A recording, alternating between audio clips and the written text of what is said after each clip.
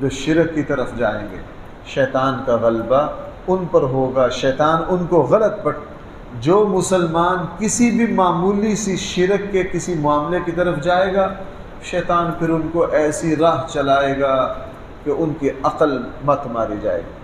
اب ہمارے یہاں لاہور حضرت علی حجویری رحمہ اللہ کا جو سالانہ میلہ ہوتا ہے، پورے پنجاب کا جو گجر ہے دودی ہیں وہ خالص دودھ کا چڑھاوا چڑھائیں گے اور باقی پانی دبا کے پاؤڈر دبا کے ڈالیں گے، یعنی دوسروں سے پیسے لے کر ان کو خالص دودھ دینا یہ فرض تھا۔ بھائی سمجھنا میری بات کو، یہ کیا تھا؟ یہ فرض تھا۔ رسول اللہ صلی اللہ علیہ وسلم نے بے ایمانی کو حرام قرار دیا کہ نہیں؟ اور حرام کام سے بچنا بھائی کیا ہے؟ فرض ہے۔ دوسروں کو صحیح دودھ دینا فرض تھا، 11 مہینے اس کا کوئی خیال نہیں۔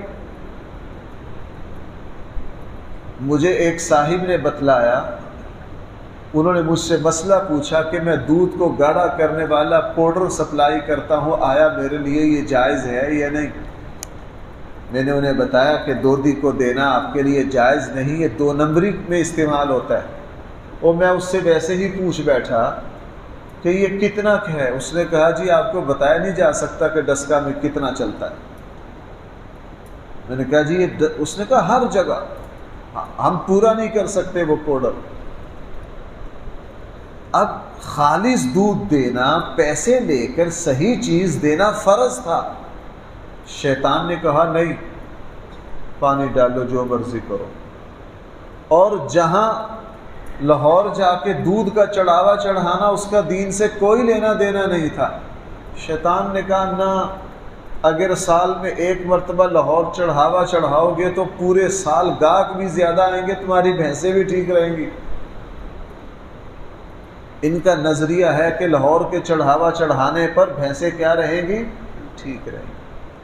تو بھائی اس بات کا ہمارے دین سے کوئی تعلق ہے؟ اور یہ ظلم کیا ہے میرے جیسے مولویوں نے، جنہوں نے ان ان پڑھ لوگوں کو یہ دین گھڑ کر دیا۔ وہ تو بیچارے سیدھے سادے الڑ اور ان پڑھ بھینسیں چرانے والے۔ یہ قصور ہے میرے جیسے ان ملاؤں کا جنہوں نے ان کو یہ کہا کہ نہ یہ دین ہے۔ یہ کیا ہے؟ ان کو یہ نہیں بتایا کہ جناب جب تم لوگوں سے پیسے لے رہے ہو صحیح دودھ دینا تم پر فرض ہے، یہ اسلام کا حکم ہے۔ یہ کیا ہے اسلام کا؟ اس لیے قرآن نے فرمایا انما سلطانہ، یقیناً شیطان کا غلبہ علی الذین یتولونہ، ان لوگوں پر ہے جو اس کو دوست بناتے ہیں، والذین ہم بہ مشرکون، اور جو لوگ اللہ کے ساتھ بھائی کیا کرتے ہیں؟ شرک کرتے ہیں۔ اللہ تعالی ہم سب کو صحیح فہم عطا فرمائے۔ الحمدللہ رب العالمین، والصلاة والسلام علی سید الانبیاء والمرسلین وعلى آلہ واصحابہ اجمعین۔ ربنا آتنا فی الدنیا حسنہ وفی الآخرة حسنہ وقنا عذاب النار۔ صلی اللہ تعالی علی خیر خلقہ سیدنا و مولانا محمد و آلہ